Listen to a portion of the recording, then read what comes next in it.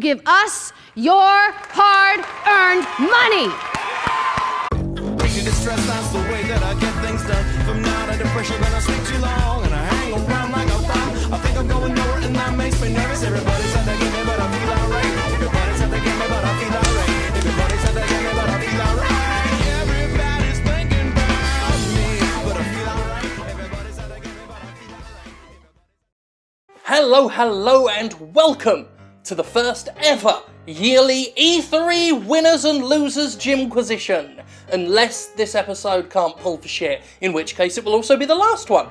Now, I'm going to try and put on as good a show as possible. It can't be E3 level. Obviously, I don't have millions and millions of dollars. I don't have Porsches to sell to people. I don't know any YouTube influencers. Jim, you know me. We've hung out. In fact, I'm pretty sure I have a picture. But I'll tell you what I do have. Winners and losers. Accolades for those who triumphed, and a walloping for those who didn't. I mean, that's basically a very simple premise. Winner. Games, games, games. When even Ubisoft has decided to stop forcing memes and start letting the games speak for themselves, you know something decent happened. While this year's E3 2017 was a low-impact affair, not quite generating the number of shocks and over-the-top reactions seen during last year's show, it was a more consistent affair all around. And one consistent message was that video games do a better job of selling themselves than some plastic-face, overpaid grinning turd standing there rattling off buzzwords at you. Microsoft showed game after game after game in what turned out to be a rather strong showing, even if they stretched the definition of exclusive to breaking point and said 4K more times than a pretentious cutlery merchant. While Sony was considered weak, its no-nonsense conference continued the theme, and Nintendo's short direct presentation fired off games without much chatter. And again, with even Ubisoft shutting up and showing video games, it was a good year for the software itself. Loser. Influences on EA's dime. So, I am here to talk about Need for Speed Payback. If you guys didn't know, Need for Speed Payback,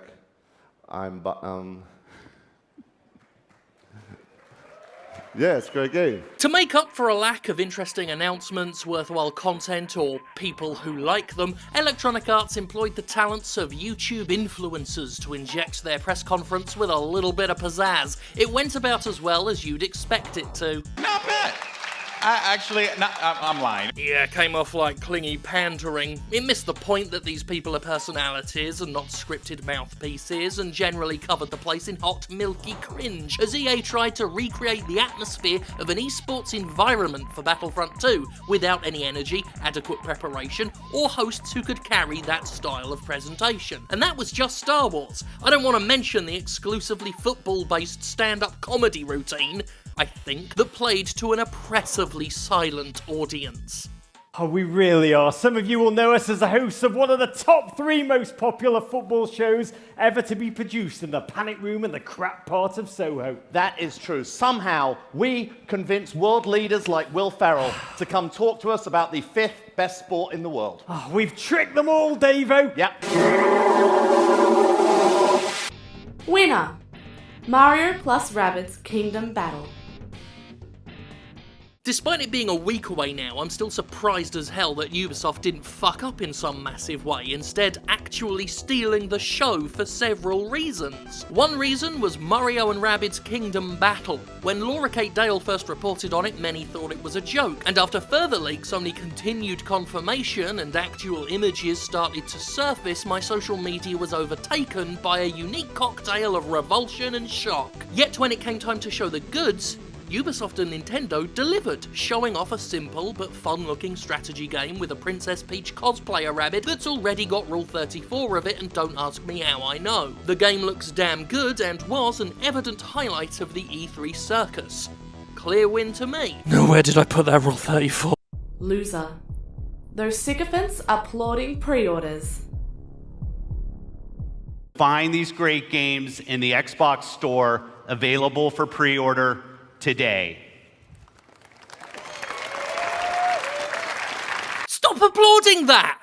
Don't applaud that, you fucking sycophants! Phil Spencer, an executive, no matter how many t-shirt blazer combos he wears, just told you that you could give his corporation money in exchange for something that isn't on sale yet, and you applauded! You actually applauded pre-order culture, the cause of content carving, embarrassing desperation stunts, and the continued infliction of wannabe funny GameStop commercials upon the free world. I throw down the wrath of El Dorado and unleash all kinds of spirits to track you down and mess you up. Nope. Right before you did that, I called in a sniper sidekick. Took you out from the temple. You never saw it coming. Well, then my teammate activates a Chintamani stone and revives me back to full health. Boom! I put a grenade in your pocket. Poof! Spirited Jin. Oh, what? Teleportation, Holmes. Get tons of powers and abilities faster with the multiplayer booster pack.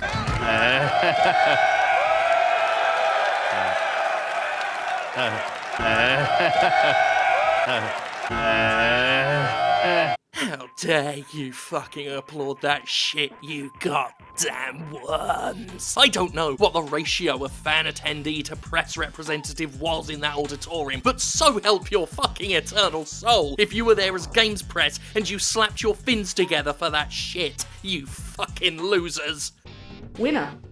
Skyrim, the cockroach of video games.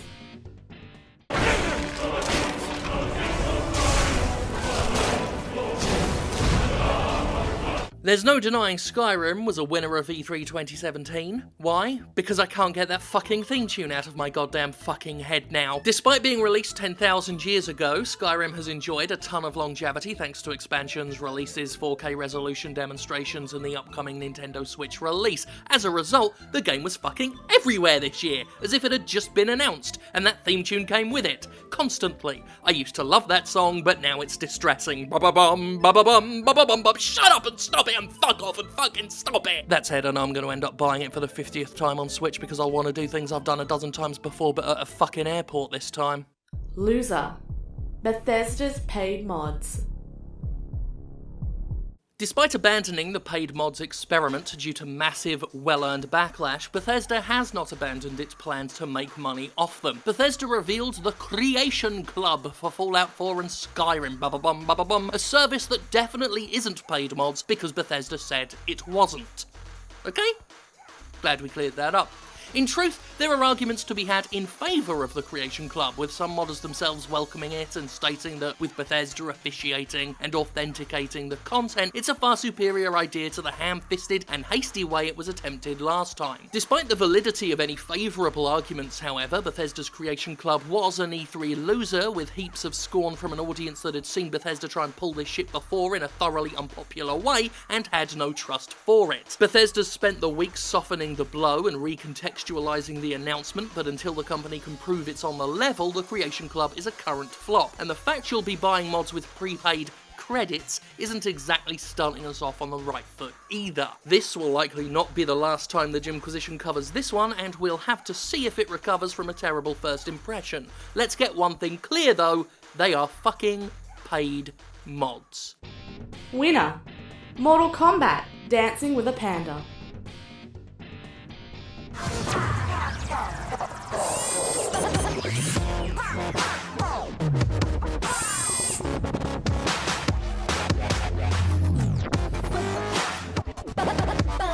Whether you liked it or not, it sure as shit happened. I'm okay with the fact it did. Loser. Nazis.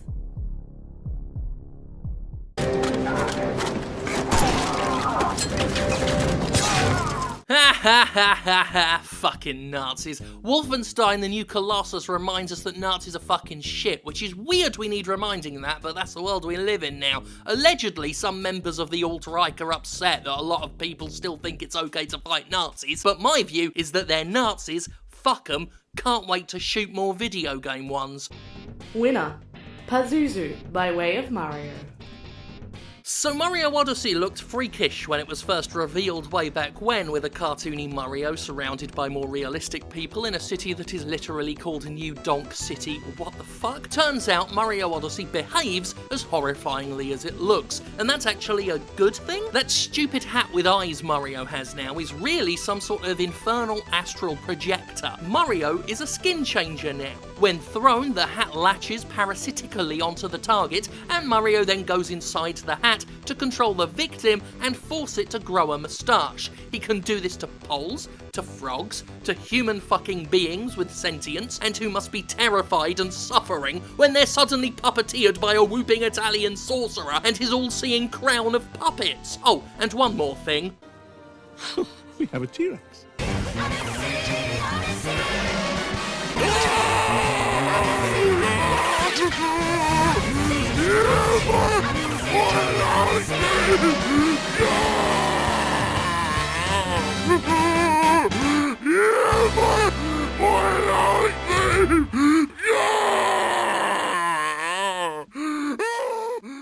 Yeah, Mario Odyssey was a winner at E3. All terrible implications aside, I love the look of it. Loser. Scripted mic chatter. Oh, there are a lot of scars down there. Oh, the scars have a heavy. Have time to use that mortar. Give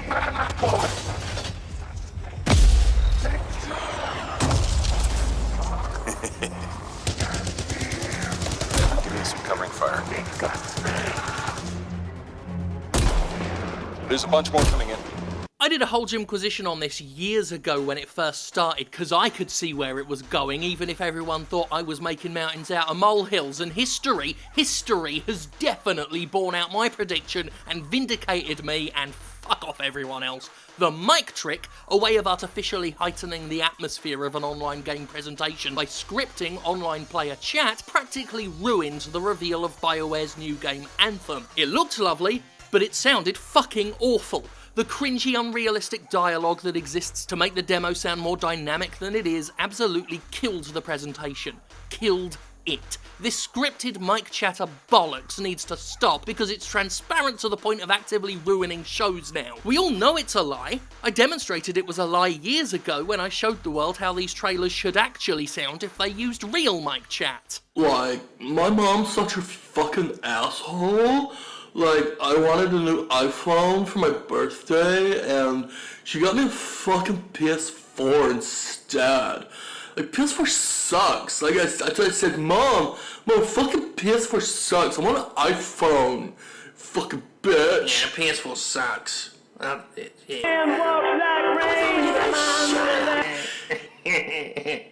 PS4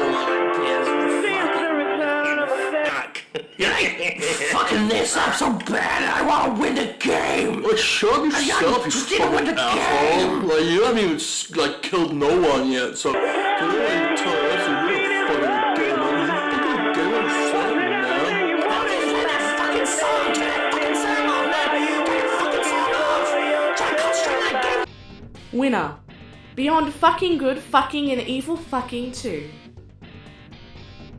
Beyond Good and Evil 2. In terms of drawing the spotlight and making even hardened cynics excited as hell, BG&E 2 walked away with the "You Done Good Kid" trophy. Though the trailer was entirely pre-rendered, it still said a lot thanks to setting a strong new R-rated tone that has generated a somewhat mixed response. Personally, I loved it when the monkey and the pig said fuck a whole bunch. It makes sense to me. Like how Harry Potter stopped being about dangerous broomstick football and started being about noseless wizard fascists. It's gotten older with its audience, though I would hesitate to say it's gotten more mature. Nonetheless, it's funny to see an angry bipedal pig say a fuck word, as this show proves when I do it. And the voice acting was brilliant to boot. Even if the year wasn't low on shock reveals, this would have been a show-stealing contender, but in 2017, Beyond Good and Evil 2 definitely delivered the goods. Loser. Assassin's Creed Origins Special Edition Palooza. What in the fucking fuck? An $800 special edition.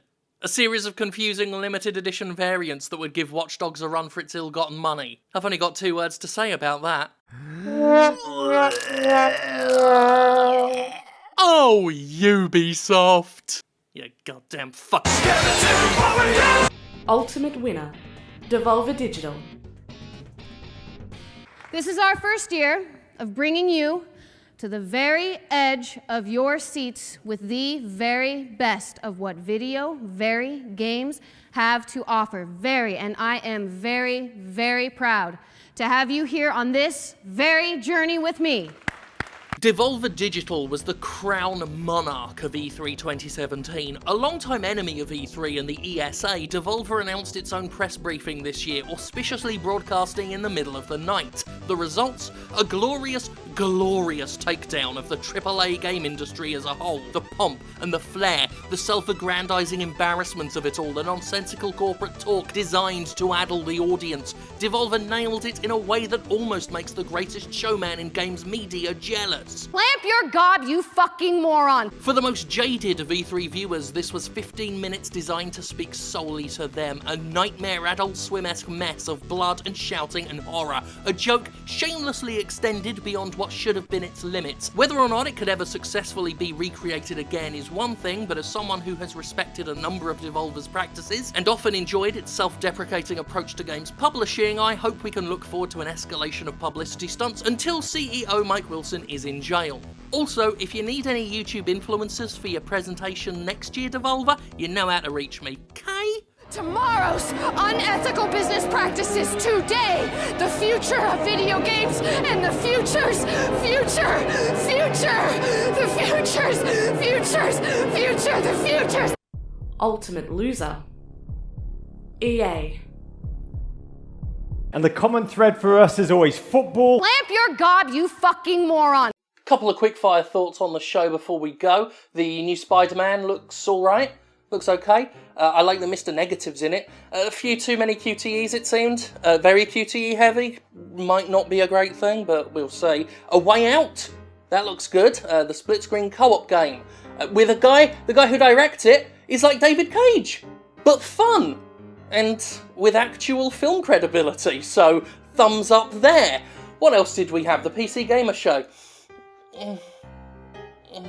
And also Microsoft trying to sell us the Porsche 911, which I made a reference to at the beginning. Maybe don't have some guys on your stage telling us how great your 911 is. That was a little bit awkward. Before we go though, I just want to end on a nice positive note. Congratulations to James Ellsworth, who won the world's first women's Money in the Bank ladder match last night for the WWE. A tremendous, groundbreaking moment in sports entertainment history that I won't forget in a hurry. We salute you, James Ellsworth, and all you've done. Mouth's dry now. Oh, thank God for me. Bye.